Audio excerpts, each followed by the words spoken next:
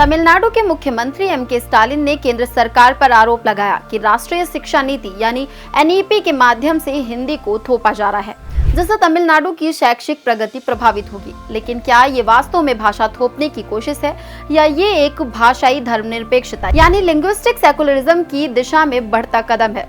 देखिए, भारत का संविधान भाषाई विविधता को सम्मान देने की बात करता है। सुप्रीम कोर्ट ने यूपी हिंदी साहित्य सम्मेलन बनाम उत्तर प्रदेश राज्य 2014 के फैसले में कहा था कि भारत में कानून और भाषा दोनों का विकास एक ऑर्गेनिक प्रक्रिया है और हमारी भाषा नीति सख्त नहीं बल्कि समायोजनकारी होनी चाहिए, यानी हमें लिंग्विस्टिक सेकुलरिज्म की जरूरत है। लिंग्विस्टिक सेकुलरिज्म का मतलब है भाषाई धर्मनिरपेक्षता, यानी सभी भाषाओं को समान रूप से मान्यता देना और किसी एक भाषा को दूसरे पर थोपे बिना सभी भाषाओं के प्रति सम्मानजनक और समावेशी दृष्टिकोण अपनाना।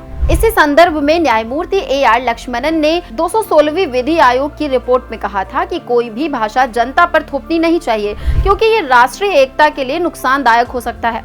अब एक दूसरे पहलू पर आते हैं। भारत के संविधान के अनुच्छेद 343 के तहत हिंदी को राजकीय भाषा घोषित किया गया, लेकिन इसे राष्ट्रीय भाषा का दर्जा नहीं दिया गया। संविधान सभा में ये तय किया गया था कि हिंदी देश की सबसे बड़ी भाषा होने के बावजूद इसे राष्ट्रभाषा कहना उचित नहीं होगा, क्योंकि देश में कई अन्य विकसित भाषाएं जैसे कि बंगाली, तमिल, मराठी और गुजराती भी महत्वपूर्ण भूमिका निभाती हैं। संविधान का अनुच्छेद 351 केंद्र सरकार को हिंदी के प्रचार प्रसार का कर्तव्य देता है, लेकिन ये किसी भी नागरिक को ये अधिकार नहीं देता कि वो किसी संस्थान से हिंदी में शिक्षा देने की मांग करे। 1982 के एक फैसले में यानी सुनील के.आर. सहस्त्रबुद्धे बनाम IIT कानपुर में इलाहाबाद हाईकोर्ट ने स्पष्ट किया कि हिंदी को बढ़ावा देना केंद्र सरकार की जिम्मेदारी है, लेकिन ये किसी पर थोपी नहीं जा सकती। सुप्रीम कोर्ट के अनुसार राज्य किसी भी नागरिक पर शिक्षा के माध्यम के रूप में कोई विशेष भाषा थोप नहीं सकता। कर्नाटक सरकार बनाम associated management of primary and secondary schools 2014 के मामले में अदालत ने स्पष्ट किया कि बच्चे को यह अधिकार है कि वो अपनी प्राथमिक शिक्षा किस भाषा में प्राप्त करे। ये निर्णय अमेरिका के Pierce versus society of sisters यानी कि 1924 मामले के सिद्धांतों से प्रेरित था, जिसमें कहा गया था कि बच्चा केवल राज्य का प्राणी नहीं है, बल्कि माता पिता को उसका भविष्य तय करने का अधिकार है। भारत की भाषाई विविधता को देखते हुए राष्ट्रीय शिक्षा नीति यानी एनईपी में किसी एक भाषा को थोपना ठीक नहीं होगा।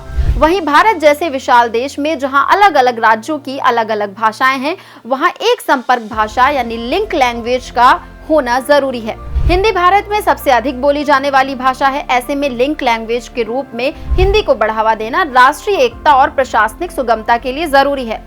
एक जटिलता सी है। भाषा, संस्कृति और पहचान से जुड़ा मुद्दा केवल कानून या नीतियों से हल नहीं किया जा सकता। तो सवाल ये है कि क्या हिंदी को बढ़ावा देने की कोशिश वास्तव में भाषा थोपने का प्रयास है या फिर ये राष्ट्रीय एकता का हिस्सा है? आपका क्या विचार है, हमें कमेंट सेक्शन में जरूर बताएं। अगर आपको ये जानकारी पसंद आई हो तो वीडियो को लाइक करें, शेयर करें, धे टीवी को सब्सक्राइब करना ना भूलें।